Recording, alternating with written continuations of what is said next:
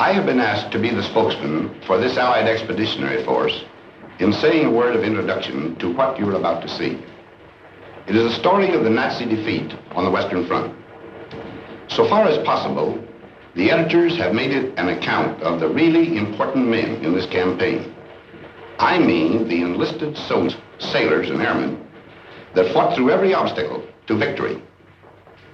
Of course, to tell the whole story would take years, but the theme would be the same. Teamwork wins wars. I mean teamwork among nations, services, and men. All the way down the line, from the GI and the Tommy to us brass hats. Our enemy in this campaign was strong, resourceful, and cunning, but he made a few mistakes. His greatest blunder was this. He thought he could break up our partnership, but we were welded together by fighting for one great cause, into one great team, a team in which you were an indispensable and working member. That spirit of free people, working, fighting, and living together in one great cause, has served us well on the Western Front. We in the field pray that that spirit of comradeship will persist forever among the free peoples of the United Nations.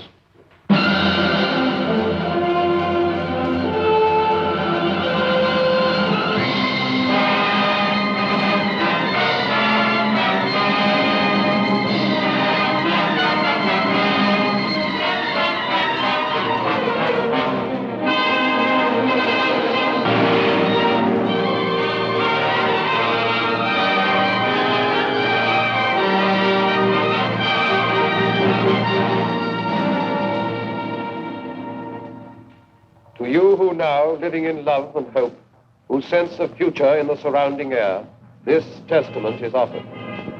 Here you may look on the violent fragments of our age and the once thinness of the little thread that made us then the citizens of freedom. For dark was Europe and the face of man when this begins. The nation had gone mad and struck out everywhere the compass knew. The ebb tide of our honor fell away and left its wreckage on 100 coasts. The German cast his fires about the globe. His strength, drawn from the smoking Saar and Ruhr, lay in our weakness. And at last his conquests smoldered behind the barriers of his arms. Along the channel where the sea strikes France stood the West Wall of concrete, stone, and steel to mock the frail hopes of the petty free. Wounded, hard-pressed, and wasted on our strength, almost like madmen then, we planned to breach the wall and smash the German spine. But where? We searched the coast of Europe like fierce eagles. Between low Flushing and deep-harbored Cherbourg, our eyes sought out the place of the assault. Exits and tidal range marked shallow Flushing off. Sand and the wind canceled the Belgian coast. The North Seine beaches were too small, and cliffs barred the approaches. Cotentin, too narrow. The Pas de Calais, heavily defended.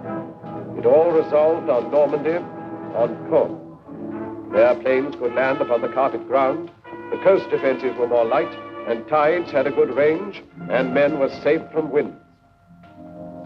So on 5 miles of still unbloodied sand, the fretful course of fate would be assailed by armored nations.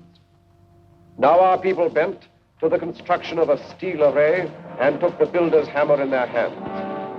It seemed almost as though the sun stood still till our free peoples, full of rage and power, heaved through the air the ponderous spear of war. This is our people's story, in their words.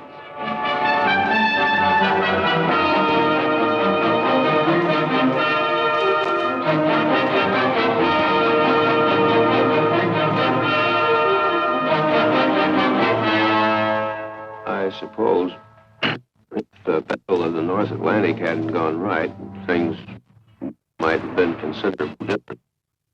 It was an ugly time for all of us. Merchant ships, naval escort, air patrol. I guess I had my share of bad luck. I lost 3 ships and some good friends.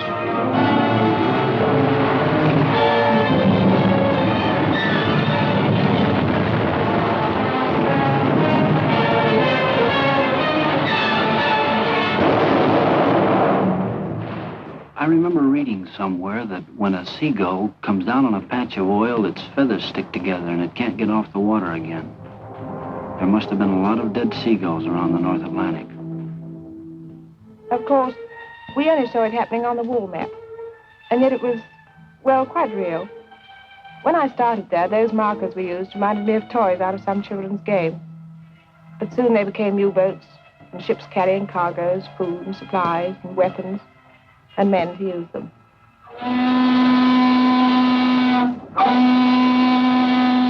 I remember coming over, the worst thing about the trip was you didn't know where you were going. Wherever it was, you'd be a stranger, and nobody likes that. That ship was loaded from stem to stern with sad sacks. Around the third day out, things got pally. Like the fella said, we're all in the same boat. The comic. Finally, we got to Liverpool. They had a band to play us in, an English Army band full of chimes. I'm dreaming of a white Christmas, they played. To tell you the truth, it was pretty corny. But nobody said anything because, well, you know, it was a nice gesture. Funny thing, on the way over, you felt like you were the whole works. You couldn't help it. But then, all over the UK, you'd see things that made you begin to realize you were just part of a big proposition. All kinds of things.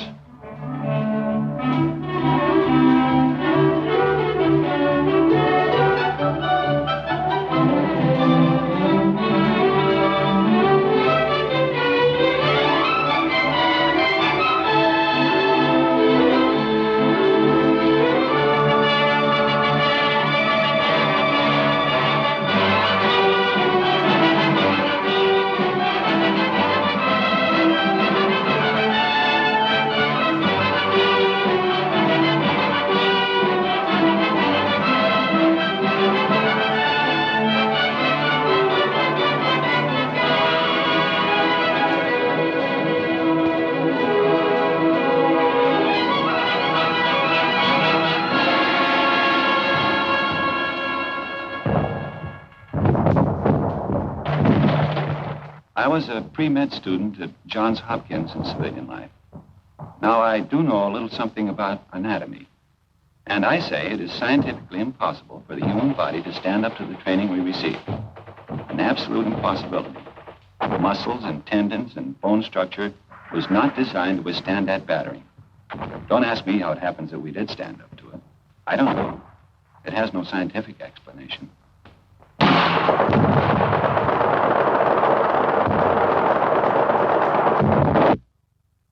Listen to this, out of one of them army pamphlets.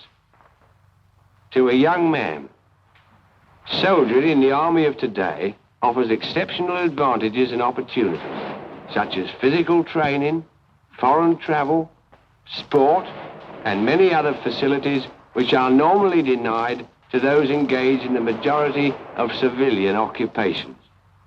The majority of occupations in civil life become monotonous, to say the least. But in the army, life is so varied that there is little or no prospect of a monotonous or irksome time. So men were girded for their highest hour. While they learned the lethal arts of war, in small and secret rooms, the planners met to watch their work mature. Beyond our view, the German, proud and confident, stood calm in deep emplacements on the armored coast. The war was not yet one of men and blood. The weapons were the factories and the maps and voices speaking in the hidden night. Season by season, all our plans advanced, and those few men on whom the mass of war rested with all its weight worked ceaselessly. I used to wonder whether the millions of people doing their various jobs realized they were part of it all, paving the way for the invasion. We kept bashing away at German targets, mostly steel and oil. The Ruhr, Hamburg, Battle of Berlin. Things were getting tougher every trip. More ground defenses, more night fighters, more crews not coming back.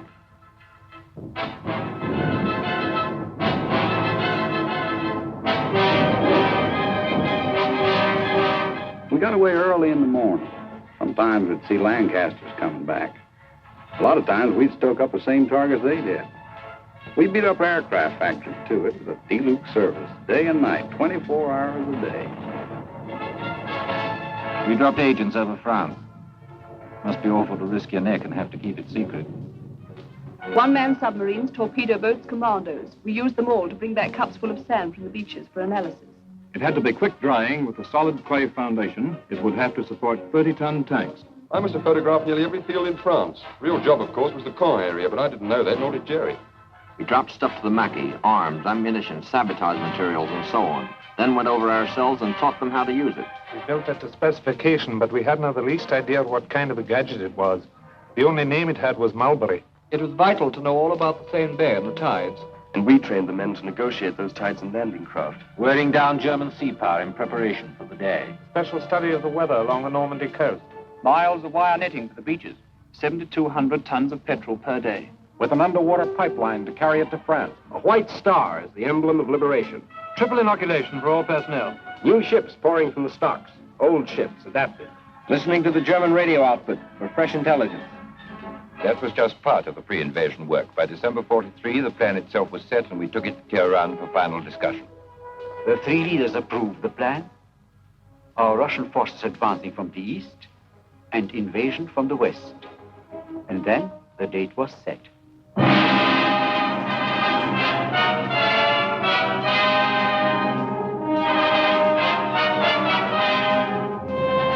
I assumed command at Schaeff with the best all-round team for which a man could ask. Some had already been working for months in England. Others I brought with me from the Mediterranean. We adopted first a master plan, and then had to coordinate every last detail of the ground, sea, and air plans. While this was going on, we led off with an air show designed to make the landing points as soft as possible, to batter the German communications, and to make certain we'd have control of the air. It was quite a show. Those airmen did a magnificent job.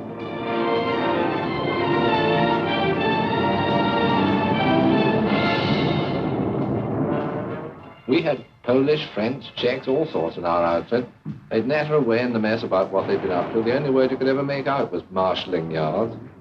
Us bombardiers seemed to do nothing but look down on French bridges those days. We used to ask each other, have you cut any good bridges lately? Well, finally, there was only one whole railway bridge left over the Seine between Paris and the sea.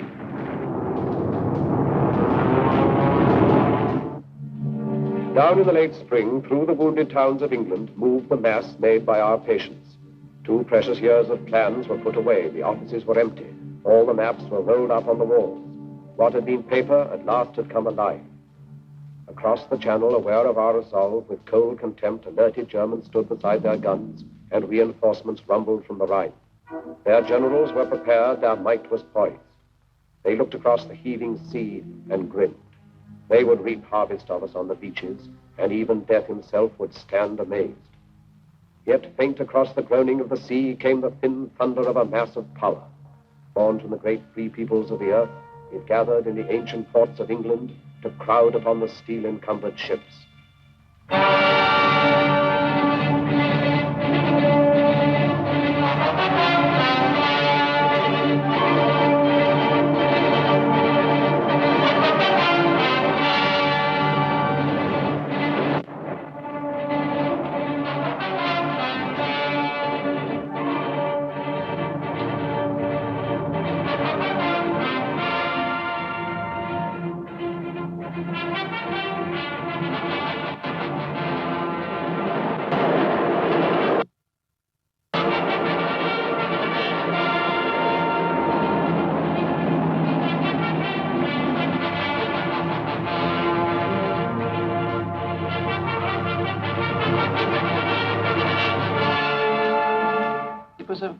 Sort of feeling marching down to the ships.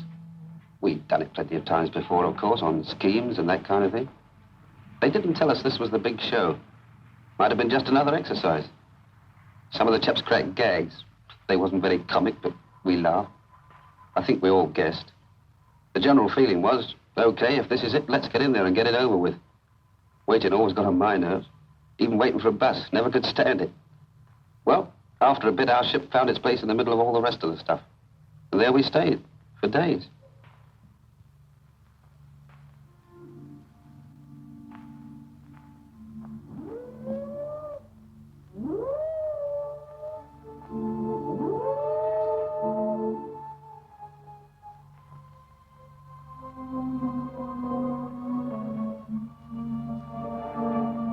gave us the final briefing then. We knew what to do and how. They told us where and when. That's a briefing. I listened to every word. Wrote it down in my head like a record, and it kept playing over and over again. Piece of beach in the morning. Ever since I became a soldier, they were getting me ready for this. Before, there'd been time in front of me, protecting me. Now the time had worn away, and there were only a few hours left. In the morning, I'd have to face it. I tried to imagine how much fear I would have. You know, if it would keep me from doing my job. I suppose everybody else was wondering the same thing.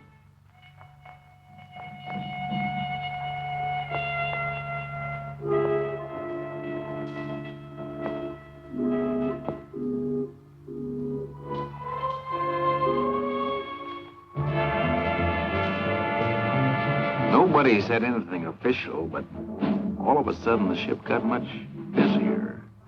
And over the amplifier, the chaplain said he'd be saying Mass at 18:30 hours. Funny, I don't think I ever believed, even after the final briefing, that the invasion was going to come off.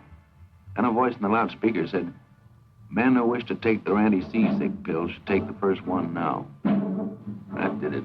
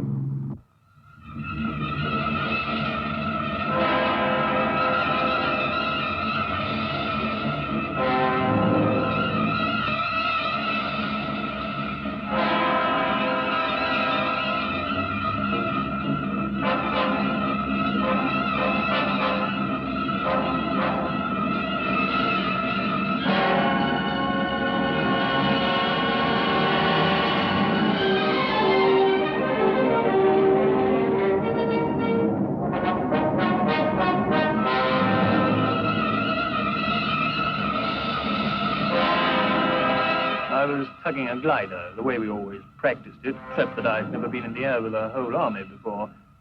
3 airborne divisions, the 6th British, and 82nd and 101st American. Just before the glider pilot cast off over the landing zone, I wished him good luck over the radio. It seemed a sort of inadequate thing to say. As Supreme Commander, let me break in at this point to say just a word about the Navy. From the moment of embarkation to that of landing, the full burden fell upon the Navy and our merchant fleets.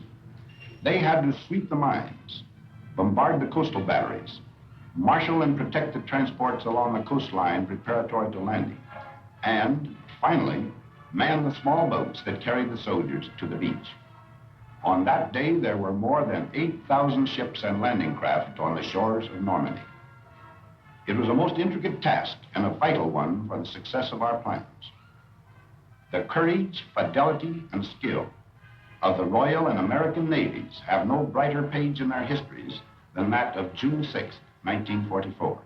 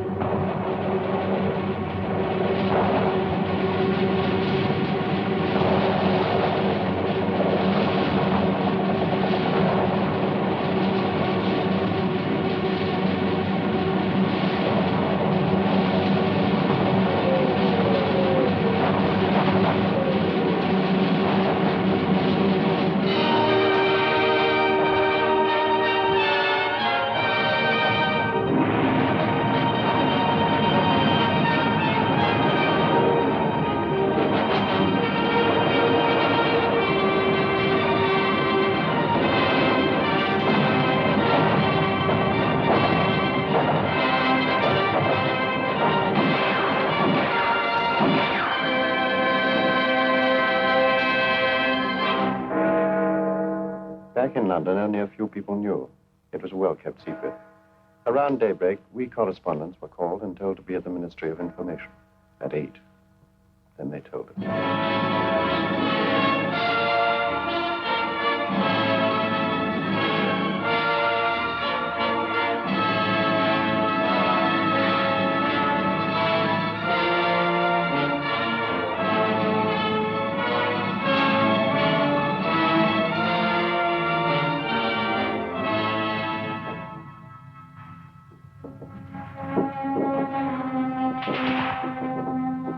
They called our beach Omaha. Don't ask me why. I've never been to Omaha, the one in Nebraska, I mean. If it's anything like Omaha, France, you can have it. I understand Omaha was the roughest spot. We lost some good men, took a few prisoners. It was a lousy trade. We've been told what to expect, so it wasn't like a surprise or anything. It just, well, when it really happens, it's different. For a while there, we were pinned down, but a lucky thing. The other beaches were going better, so we got a little more than our share of the old teamwork. Navy come in, the air guys, and finally we got moving good. You know, you hear a lot about how long it takes to make battle-hardened soldiers out of green troops. Listen, I got to be a veteran in one day. That day. And so they paved the beaches with their blood and lurched across the dunes and reached the roads. The German parried fiercely. In the depths of rich green pastured Normandy, the 3 airborne divisions, first of all to land, fought lion-like against most grievous odds. And loud across the cratered face of France came German reinforcements. From Berlin, a voice cried out the Allies must be hurled into the sea before another day had burned its hole in history. Locked in battle, the armies clashed. Our first objective, then, was to merge all the beachheads into one, and 50 miles of men drive on together beyond the red sands through the broken wall.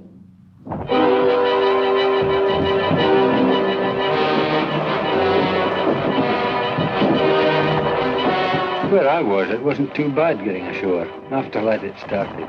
We had to fight for every bloody field. And it was the same each time.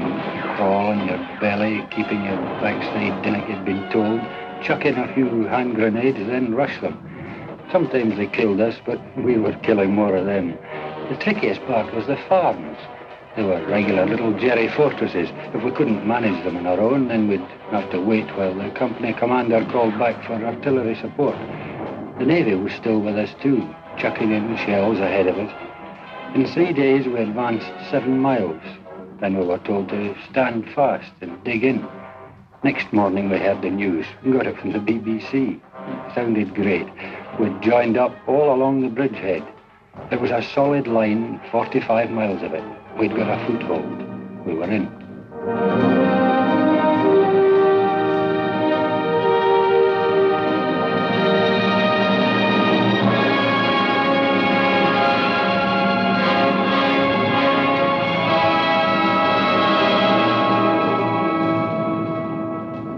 We didn't have to do much navigating to get there. You just followed the convoys. I was doing close support. We waited around, and then the ground troops would whistle us out and told us about some hand target they wanted removed, and then in we go. We were like taxis on a cab ring.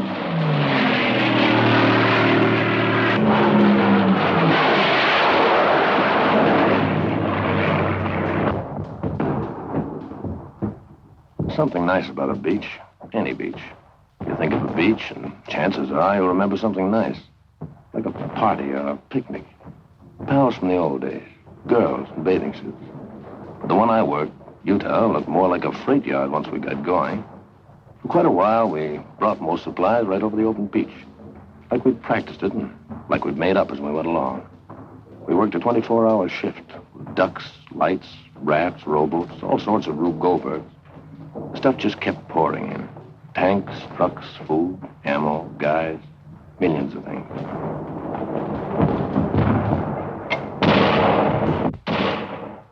We didn't think we'd spend 15 days in the same field outside Kanin, with the wood behind us and the Germans in another wood half a mile in front of us, and a little empty valley in between.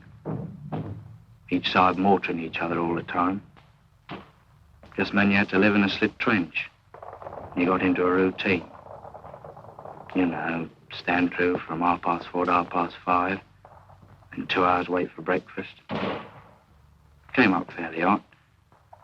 Tin bacon or sausage, tea, of course, biscuits. We've been living on compo food since D-Day.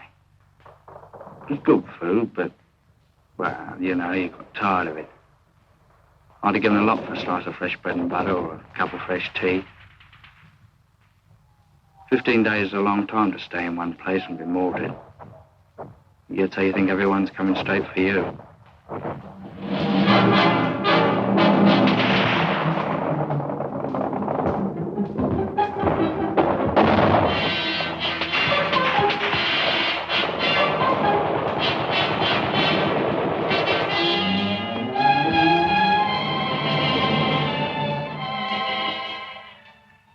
I can remember every case we ever had, especially the first one. The ambulance brought him in late one afternoon. I came over to where he was lying, and he looked up and grinned. I asked him how he felt. He said something about the German with a machine pistol using him for a dartboard. He was quiet and patient and a little bewildered. He'd never been hurt before. He asked how the fighting was going, and he passed out. The doctor came over and looked at his wounds and swore. Said he had no business to be alive. We put him on the operating table and did what we could. The doctor kept swearing all the time he was operating. We couldn't stop the bleeding. I remember the radio news that night. They said the casualties had been surprisingly light.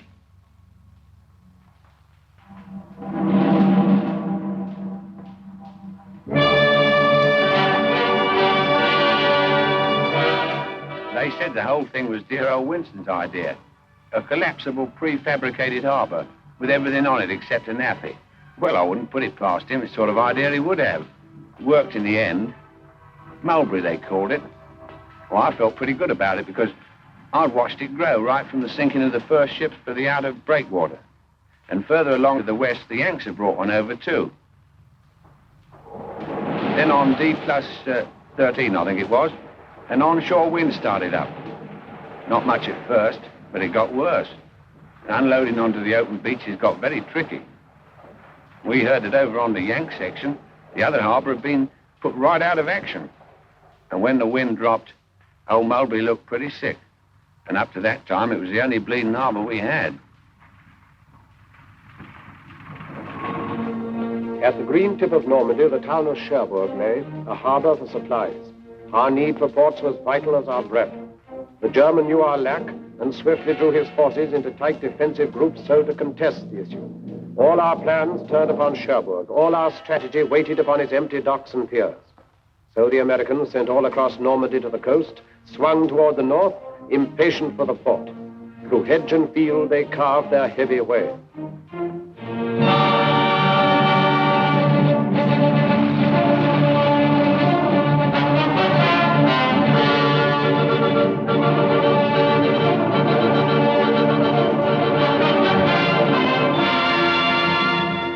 You remember back now when it seems like we took Cherbourg a couple of days after we hit the beach.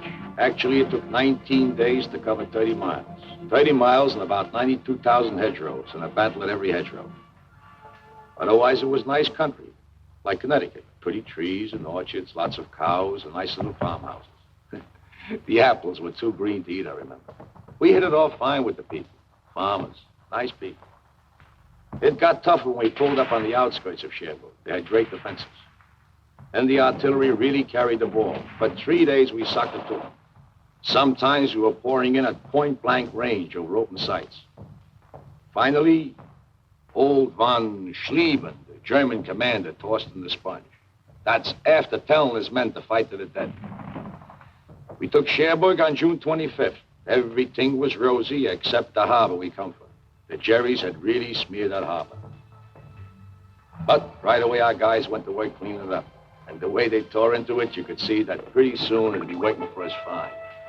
Then, well, we fought our way up the peninsula. Now we'd have to fight our way out of it.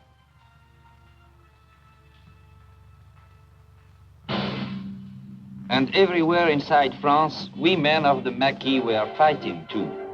I was in the north myself. We cut telephone and telegraph and high-tension lines, and eventually, when the Allies landed, we fought in the open. In the Savoy Mountains, our friends held up German convoys. Well, it was a little easier in the mountains.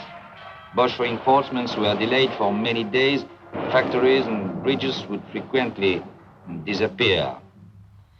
But the price we paid for it was frightful. In the village of Oradour alone, the Germans slaughtered 1,100 out of the 1,200 population, and the place was completely burned. They were accused to have ambushed German troops. Every house was destroyed.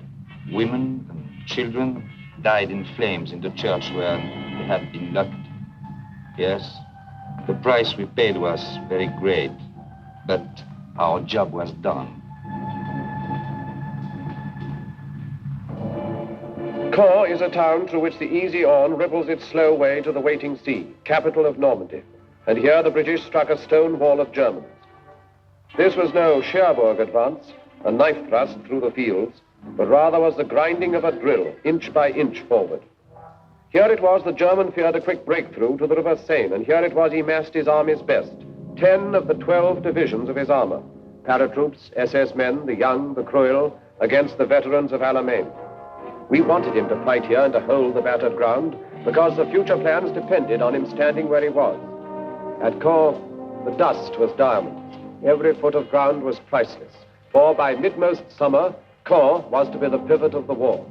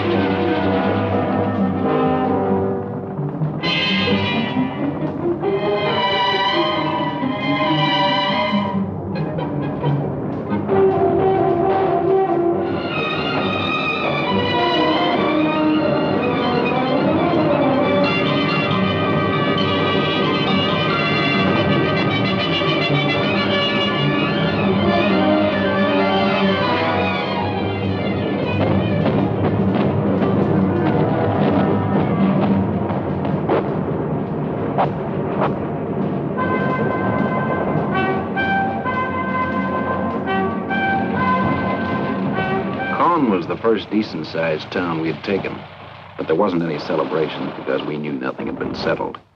Jerry was as strong as ever. One of the men said, "God, are we going to have to go right across the world doing this to beat them?" Because most of Caen was dust, just plain dust. I wondered what Hamilton back home in Canada would look like after a beating like that. Well, anyway, our tanks and the British started massing and moved south out of the city. We knew there was a big do coming up.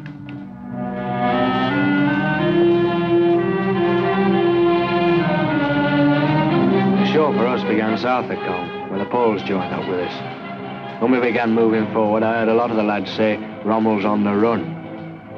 But I'd been at Alamein, I knew he wasn't on the run. And they was right. There was nothing lovely about the battle south of Caen. No pincer movements, no outflanking, no nothing like that. Just an hard, bitter, bloody slugging match. We had to stay there and give as good as we got, even if we couldn't give better.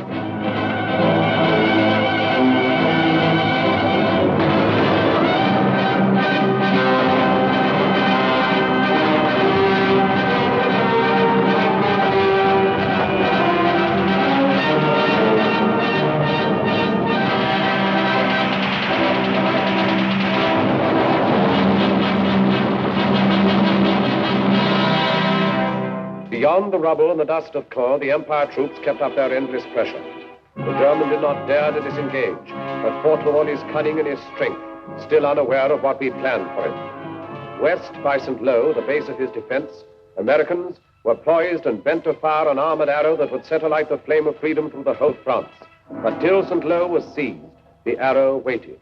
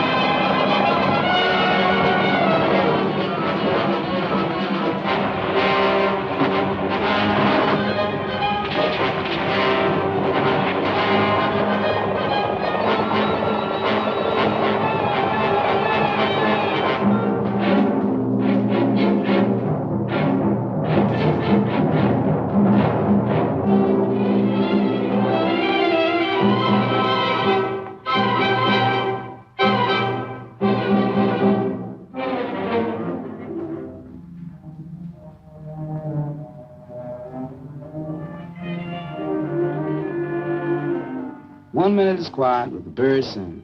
The next minute, the column of Sherman tanks coming around the corner going wide open. My buddy says, where those tanks come from? So I asked the tanker. He yells down there, the Third Army taking off. Been waiting for 3 weeks. Prepared somebody let the rabbit out of the hat. Man, what a rabbit. With pearl-handled revolvers. When I think back to the breakthrough, I don't seem to be able to remember anything but the French people.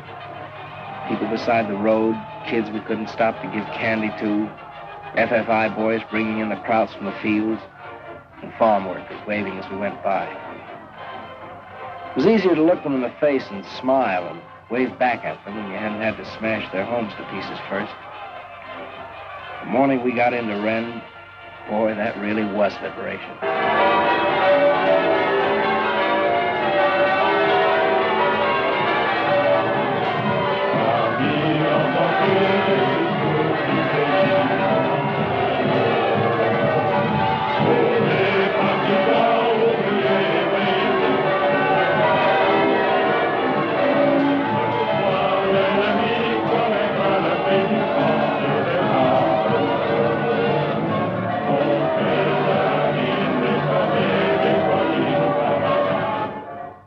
At Rennes, American armor planned to drive east and northeast, and thus surround and take the German corps divisions in the rear.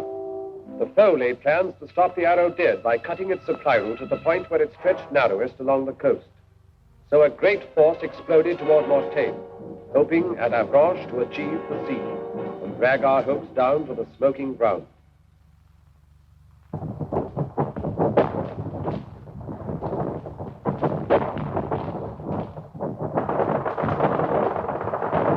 There's a lot of places I'd rather talk about than Mortagne.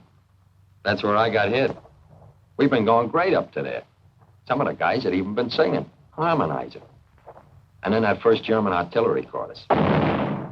Pretty accurate, too. An hour later, I was short 18 men. Well, we holed in and we hit back with everything we had. They weren't just trying to stop us, see? They wanted to come right through. And then me. I get a belt in the face, left side, and I keel. The last thing I remember is looking up and seeing those RAF Typhoons. When I heard them screaming up ahead, I thought, geez, I'm glad they're on our side.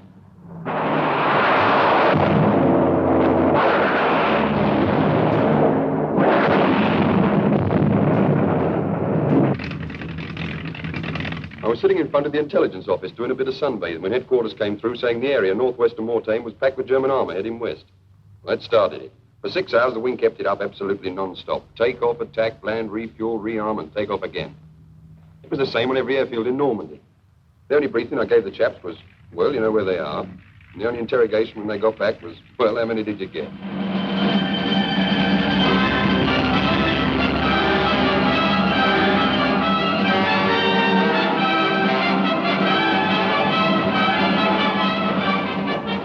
Three days it lasted. Every kind of soldier was in there and every weapon. For me, it was just eating and smoking and loading at 105. No sleeping. Then things quieted down and the word came back. We stopped them cold. Everybody felt like celebrating, but that was a tough order out there. I tried drinking a whole bottle of cough medicine. It worked fine. I got stiffer in the plank. The counterattack, which took us by surprise, still did not hinder our deceptive plans, for down from Caen, the foe had drawn a force and left his north flank weakened. Now the stage was set. Toward Calais swept the Empire troops together with the Poles. The German heard behind his back American armor churned toward Argenton. Outgeneraled and outfought, he found himself within a closing trap.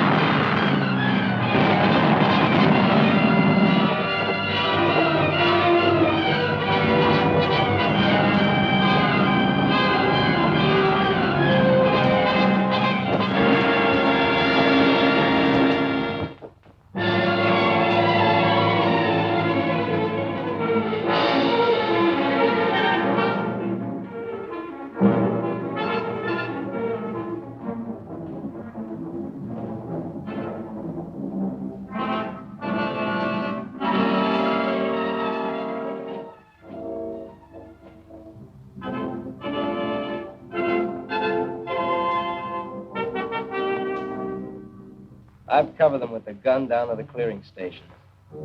Thousands of them, and all kinds. The tough ones with the smile froze stiff on their faces by shell fire. And the plain Joes that had too much and were ready to tell you that. And their poker-faced officers that never lost the poker-faced look. The SS, the parachute troops, the old soldiers off the Russian front. I've seen them all. The Hitler youth babies looking like they walked out of Lincoln High. Expert killers. Smart Alec with their talk of rights under the Geneva Convention. And asking, when do we go to America? And the other guy who crawled out of a hole with his hands up, all through and talking too much. Ready to swear he hated Hitler all the time. The kids that knew how a machine gun worked and nothing else. Grinning like they were still on top. They could hardly hold that trigger finger still. The middle-aged guys wanting to tell you about the wife and kids. You'd let them. And they were through killing when I saw them. And through getting killed, too. Some of them thought they were lucky, and others didn't. Detachment on the Place de la Concorde and began the battle for the city. After that, it seemed the French flag was hanging from every window. All the flags were made of curtains, old dresses, rags, everything, it didn't matter. 4 days later, we heard shouting coming from the Hotel de Ville. We started running. Me, my husband, everyone in our house. As we ran, people were screaming. The French army had arrived. When we got to the Place de l'Hôtel de Ville, we saw it was true. I kissed my husband because he was crying. Oh, it's funny, eh? We began to realize how unhappy we had been for 4 years and how lucky we were to be alive on this August evening.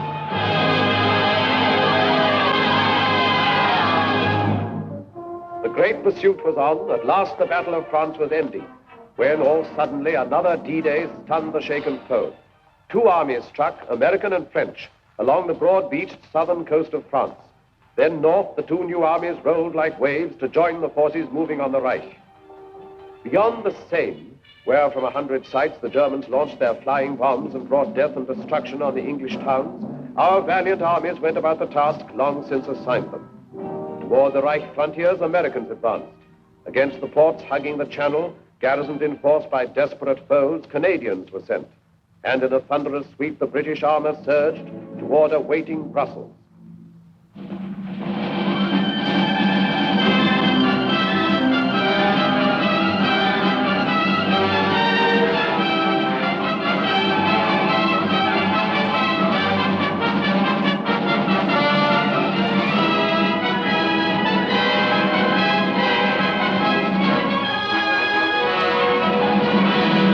People of Brussels laughed and cried and threw flowers in the tank and said, "Goodbye, Tommy," when they meant to say hello.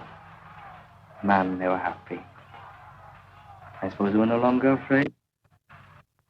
I remember wondering then how the first German civilians would react to us.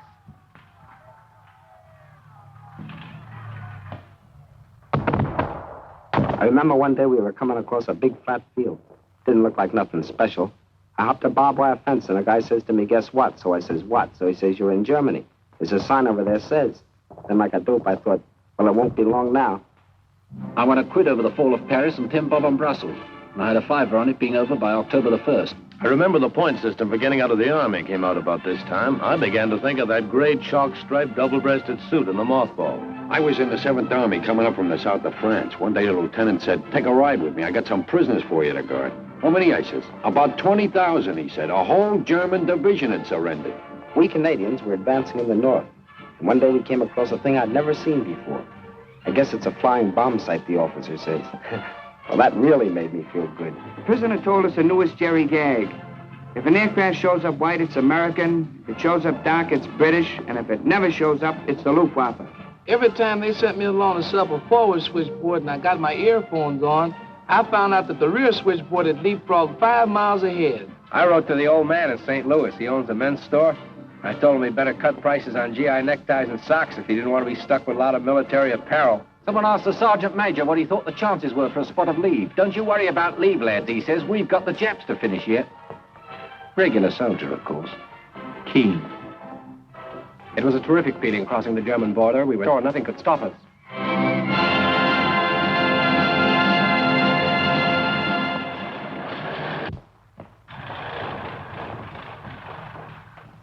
Then it happened.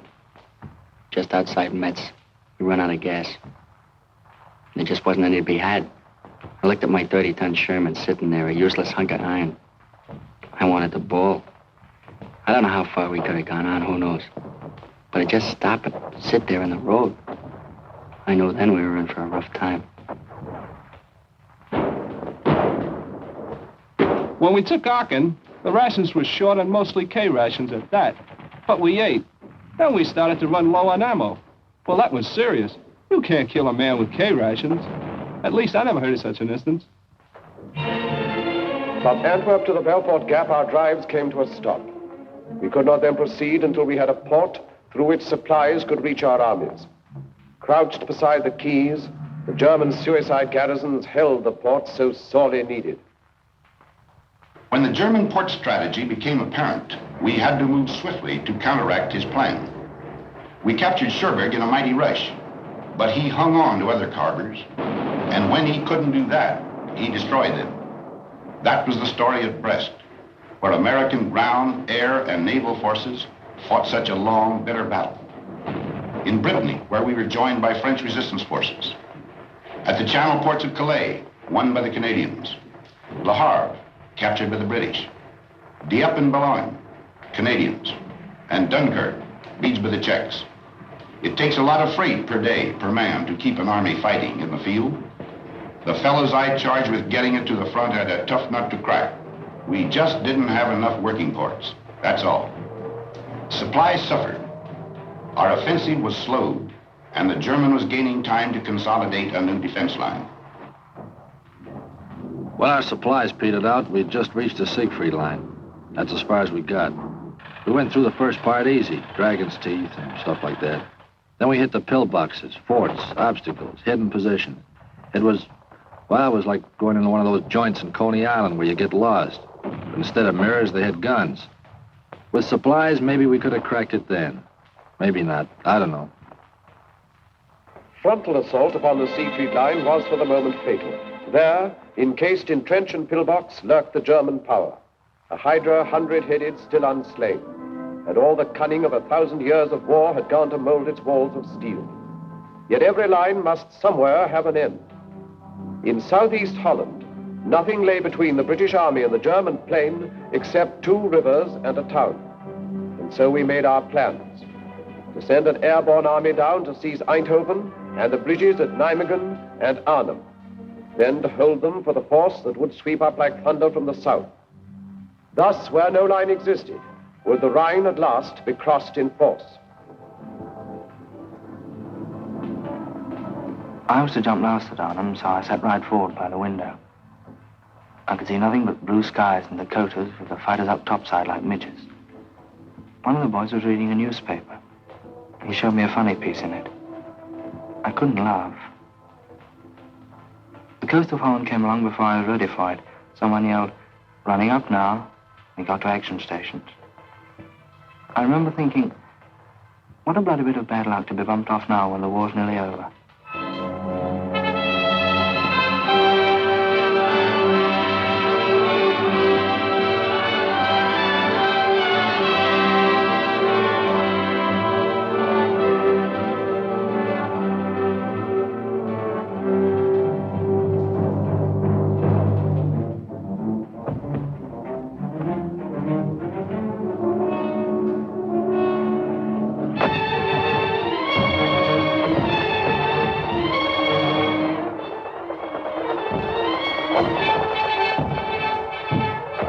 The limeys drop it on them, and we come down and go to a place called Eindhoven, Holland.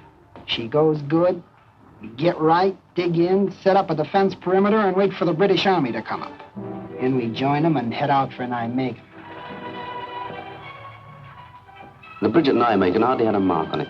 We crossed the river and started out for Arnhem, but we didn't get far. The Hun knew as well as we did that we'd got to get through, and he put in everything he'd got. That was the worst I ever struck. Knowing our men were there waiting at Arnhem, and we couldn't get to them. At Arnhem, we got ourselves well dug in, us and some of the posts. We were short of ammo and food. That was our main worry. I'll never forget those supply dropping missions. The way Jerry let loose at them and the way they just came straight on into it. Towards the end, we knew the situation was bad. We knew we were hemmed in. We knew it was possible we wouldn't get out. More than anything, I remember the way everyone behaved. Men you knew as the toughest fighters became gentle, kind and considerate to each other. I knew a lot more about men after Arnhem. The guns died out in Arnhem. Then we knew the greatest gallantry was not enough to cross the final bridge. And now no choice remained to us.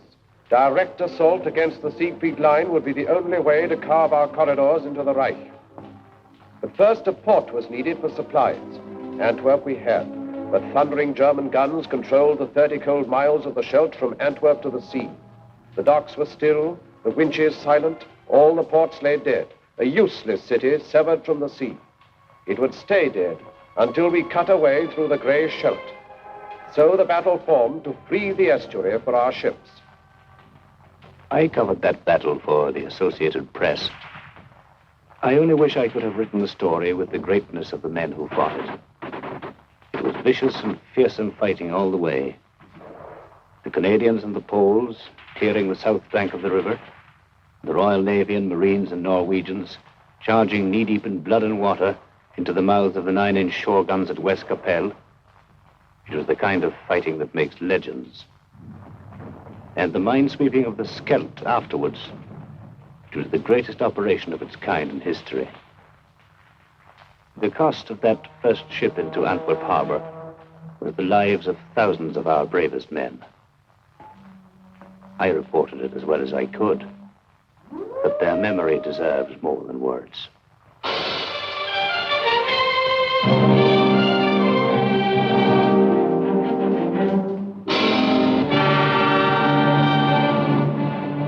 I was hauling on the first convoy to Antwerp.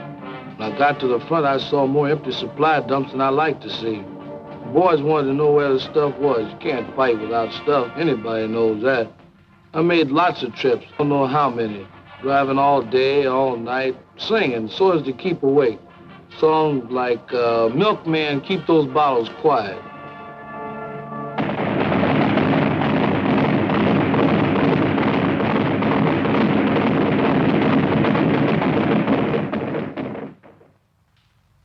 My job was to see to it that they had a new toothbrush and a cot, maybe a book to read when they came over from the east bank to the west bank of the Moselle for a little rest.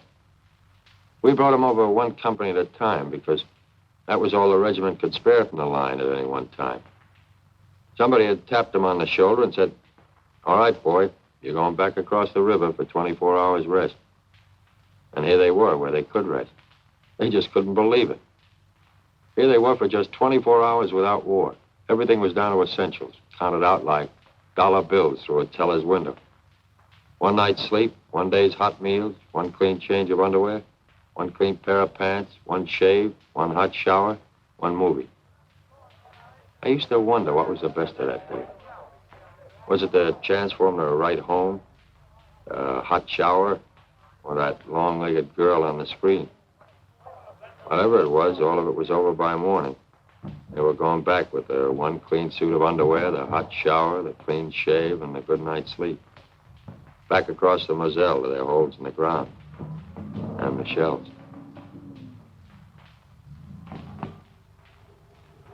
By that time, we knew we were going to see a winter campaign. There was no way out of it. Germans were dug in and they were tough. And it was plain that until we got a lot stronger, we weren't going anyplace. The squadron was operating whenever it could. There wasn't a lot of flying. We were iced up and fed up. Suppose you're having a swell time in Paris, my cousin wrote me. With all that perfume and silk stockings and that champagne. They called our end of the line south. We were in the Vosges Mountains with the American 7th Army. But it was very little warmth in this south. I recalled with pleasure the Mediterranean where we had landed in August. Ah, but memories do not keep one warm. Before I joined the army, I'd have thought it was certain death to dig a hole in my back garden and live in it for the winter, but that's what we did. The sergeant said, well, squirrels do it every year. Yes, I thought, but they don't man machine guns as well. There was no heating in our Brussels office. I put on so much under my uniform, they called me the bundle from Britain. I never smoked before, but pretty soon I found myself smoking as high as a pack a day. I worried about that old law of percentages. My company was melting away. You'd look up one day and be fighting alongside a stranger. It was a lonesome feeling. Our hunk of the line was the Ardennes. Pretty quiet. A lot of outfits had gone up north. Started a million latrinograms about the where and when of our offensive. Then one day I'm standing guard and these shells start. I thought for a minute this was it. Till I realized these shells weren't outgoings, brother. They were incomings. Next thing I knew, German tanks. It was an offensive, all right, but it was going the wrong way.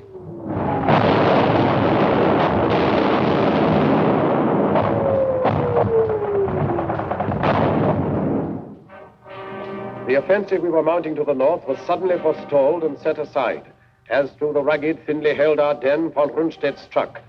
He cut a fiery path through the American lines and sent his tanks desperately driving toward the river Meuse. A night of fog and pale December frost saw the beginning. None foresaw the end. He aimed for Antwerp's harbor through Liège, and all our plans held fire while we bent our strength to curb the Germans in the Bulge.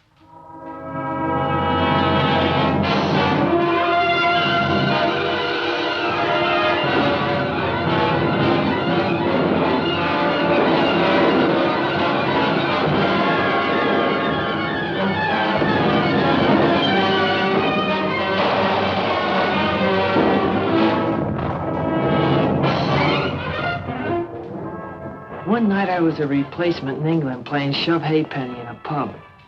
The next day they shoved me in an aeroplane, and that night I was fighting Germans and being kicked around.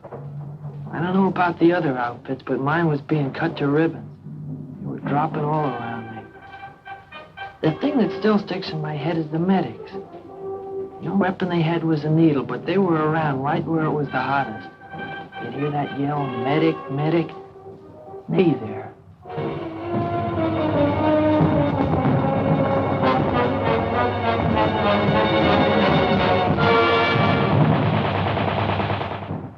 Our whole division got a presidential citation for what happened up at Bastogne. Even me, just a cook. I'll never forget that old lieutenant running into the field kitchen and hollering at me if I had any idea how to operate a bazooka. I said no, and he said, well, you're going to learn now, son. I did, and I'll be doggone if in the first shot out the barrel I didn't get me a Jerry tank. Got interviewed later by Stars and Stripes. They said it was a crackerjack story. I tell it at the drop of a hat. We've been up north where things were a bit static, so we were quite glad to be moved down to the top side of this bulge. Coming down through Belgium, we noticed how scared some of the civilians looked. Natural, I suppose. We were held in reserve for a week, and then they sent us into action. On account of the fog, we couldn't get any air coordination. You sure miss it bad when you've gotten used to it all the way since D-Day. And then on December 24th, like a Christmas present, that sun come up, and after a while we was giving him the old 1-2 again.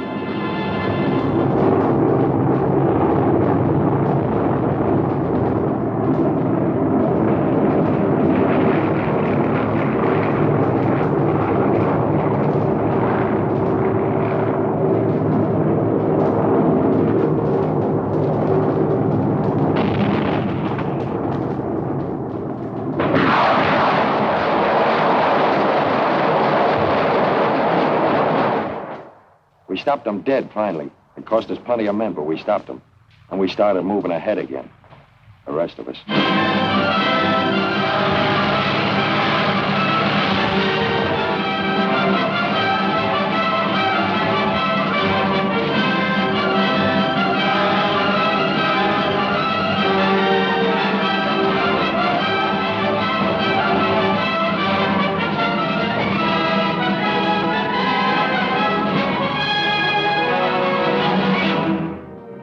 Rundstedt reeled back on a recoiling spring. His great attempt was over, and his armies that had devoured such a wealth of blood sagged sodden towards the Rhine.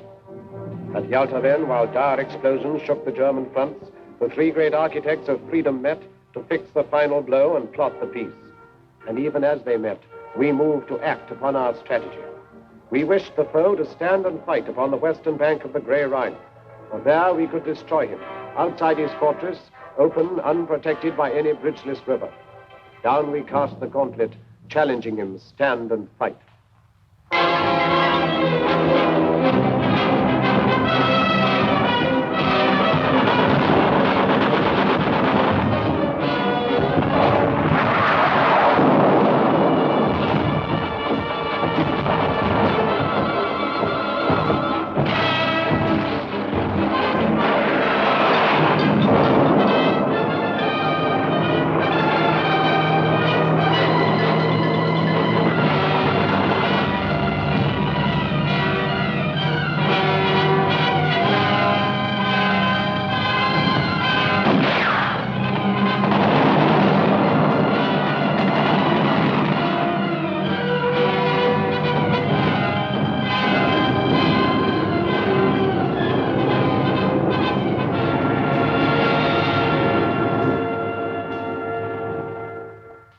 Attacking the north of the Canadians, round about the Reichswald forest and Dutch frontier area.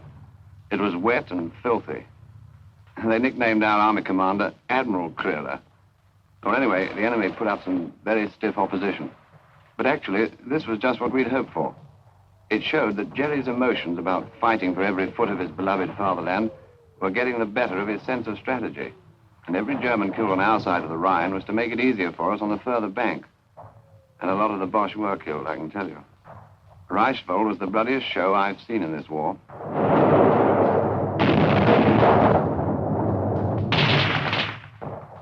It was one of a push. The captain told me 8 divisions. He usually knows. He follows things like that. I was with the outfit that took Mönchengladbach, I think you say it. There weren't many civilians in the streets, and even the ones that were there we weren't supposed to talk to unless we had to. There was a $65 rap for fraternization. I wonder how they happened to figure out that number. I mean, why 65? We could see the Cologne Cathedral a long time before we got there. That tower was our objective. It was on the Rhine River. We went fast, and by the time we got into town, there wasn't too much fight left in it. Cologne was mangled, all right, but there were still a few buildings standing. I was sorry. I thought of those French cities, flattened. Anyway, we got our objective. Now we had to cross that river. I thought they must be very short of men when they put us sailors into battle dress, lugged the assault boats on the trucks and sent us across Belgium by road. We talk about silent service. I'd never been sick at sea, but I was sick as a dog on the road. When we reached our destination, I was feeling lousy, longing for a breath of sea air, and found the whole bloody landscape under a stinking smoke screen. Like London it was. The next day we got up to the Rhine. It was good to get a glimpse of the water again.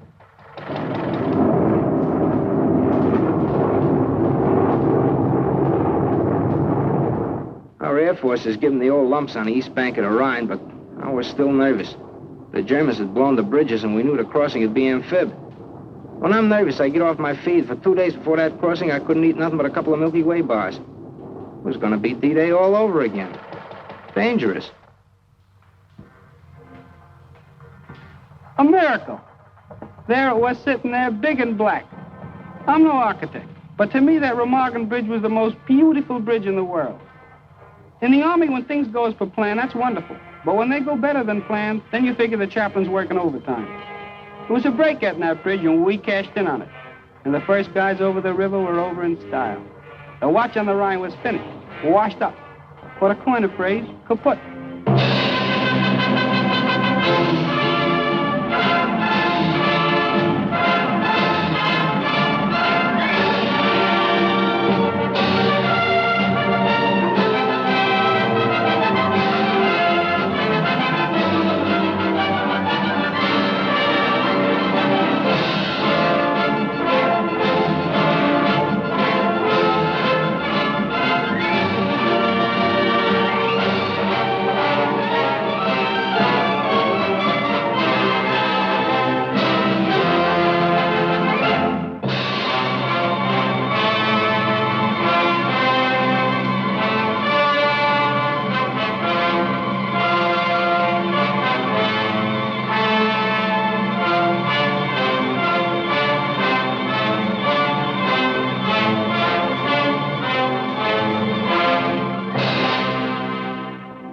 We got across OK and everything was going fine. But suddenly I gets detailed to guard some German prisoners.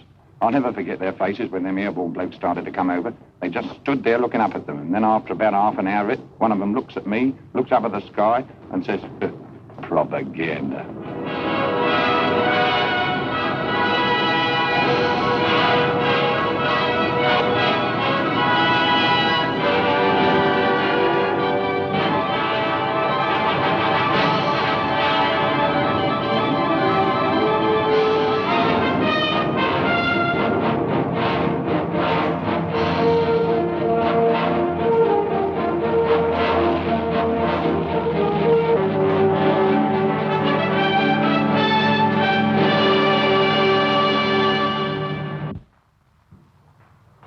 Pocket was the first big objective across the Rhine. We and the heavies sealed it off, then the ground forces wrapped it up. After that, they exploded in all directions. Cut the Jerry armies up in pockets, then take them one by one. That was the program. The Third Reich was being carved up like a Christmas turkey. Chasing the Boche was getting a little bit monotonous. We hardly ever saw him, only burning houses, a few shells, and occasional sniper's rifle shot. It was a silly kind of defiance, I thought. Then one day the routine was broken. We came across a prisoner of war camp, other ranks, Yanks mostly. They went mad when they saw us, screeched Red Indian war cry, pummeled one another, and asked what the news was. Seemed ashamed to tell them when they were so happy. Well, there was nothing for it. I told them. President Roosevelt died yesterday afternoon. We should have held them quieting down. For once in this campaign, they all felt as though they'd suffered a major defeat. I'd have liked to have stayed there, talking to them, trying to cheer them up. But we had no time to lose. Jerry only had a few hundred square miles of earth left to scorch. Our job was either to hurry him up or scorch it for him. We were in the home stretch, cutting deeper all the time, when we ran into these displaced persons, slave workers. They were sick and hungry from all over Europe. The roads were jammed with them, but they kept out of the way and didn't give us any trouble. Like a fella said, there's a lot more than town's going to have to be reconstructed. I wondered what was up when all RAMC personnel in our lot down to stretcher bearers were urgently called for. I soon found out we'd taken the Belsen concentration camp. Well, I'm not squeamish. I've seen amputations, operations, deaths long before I went to the army in 41. I was a warden. I lost count of all the arms and legs I pulled out of the wreckage down in Croydon. I got quite used to it. But this was different. Very different. I don't know any words big enough to make you understand what we all felt. All I can say, and I'm proud of this, is that I had to fall out and be quickly sick in the courtyard. As I say, I'm not squeamish, but, well, I'm human, and thank God for it. The government sent a few of us congressmen over to see those camps. And if there's anybody left who wonders if this war was worth fighting, well, I wish they could have been along. There it was, right in front of us. Fascism and what it's bound to lead to, wherever it crops up. I talked to some of the prisoners, the ones that had the strength to talk. Their offenses were the usual Nazi crimes. You know, wrong religion, or wrong race, belonging to a union, or the wrong political party. In Germany, it led to over 400 camps, like the ones I saw. It was the worst thing I ever saw in my life, and I wouldn't have missed it for anything.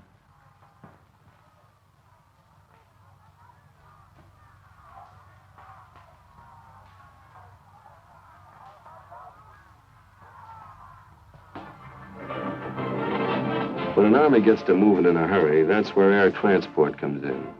We'd been flying in the stuff along with the British Transport Command since D-Day. And towards the end, they seemed to be moving faster on the ground than we were in the air. As pocket after pocket of the foe fell, our hopes rose higher than the soaring flames that marked the broken towns of Germany. In Italy, 1 million prisoners came in, as with a single sudden blow, the German power was smashed. Then our tanks drove through the southern mountains, where the foe had hoped to make his furious final stand. The Russians took Berlin and cut the heart from Hitler's empire. And he himself, who planned to rule the earth from pole to pole, vanished like smoke among the falling walls. Upon the green banks of the River Elbe, we waited for the East and West to meet.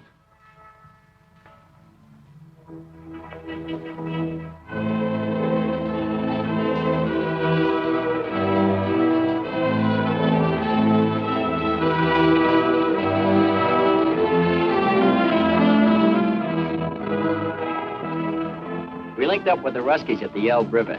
I hung around for a couple of days with a Tommy gunner named Kanin. He didn't know any English, so I taught him to say my aching back, and he taught me Tovarish. That means comrade. We drank toast to Lend-Lease and had a million laughs. Then old Kanikov found an interpreter and gives a toast to the great American soldier. That stopped me. We did all right, but I don't like to think where we'd have been without them.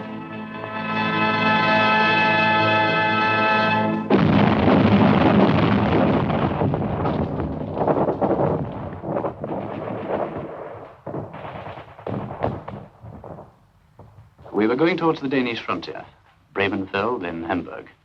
The rot was setting in. 1.5 million surrendered in the north. The fighting was nearly over, and our job was beginning. We'd been training a long time for the administration of Germany, and we were prepared for plenty of trouble. Sabotage, passive resistance, or perhaps something more violent. You know, werewolves in sheep's clothing. But as it turned out, most of them were docile and did what they were told. They seemed healthy, well-fed. Their disease was in their minds. A German woman, looking at what was left of her town, said to me, "If only you'd given up in 1940, none of this need have happened."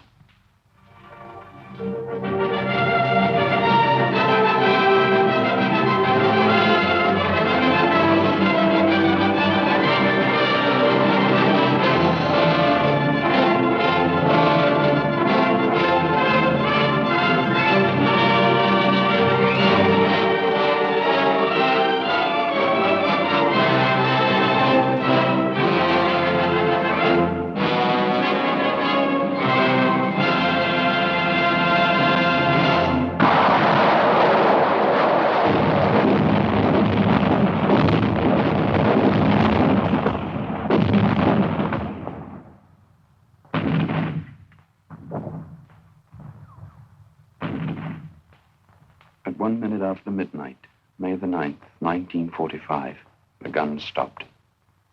D plus 337.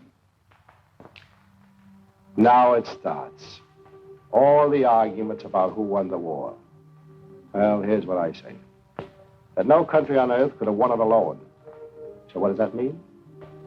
That anybody who wants to take a bow by himself is not only boasting, but nuts. I spent 4 years in the infantry, and I saw my share. And during that time, I only met 3 men that liked to fight. And they were a little cracked, but it had to be done. Now that it's over, I feel good, except for one thing. All this talk about World War III. These big pessimists that talk so easy about another war just didn't see this one, or enough of it. We watched them bringing in some high-up prisoners, quite ready to be friendly, some of them. I was thinking of fellas I'd known who'd bought it. Crashed, shot down, missing. Right through from the Battle of Britain. I remembered their faces, or some joke they'd played, or maybe just the way they laughed or something. There seemed to be such a lot of them, I remembered.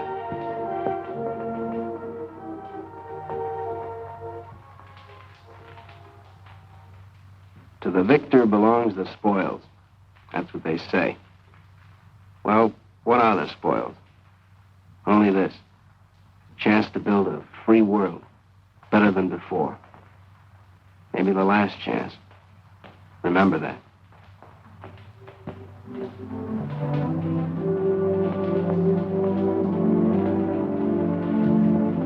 Now the time has come to put our victory to the tests of peace, in company with men of many lands to sift from ashes what the struggle taught.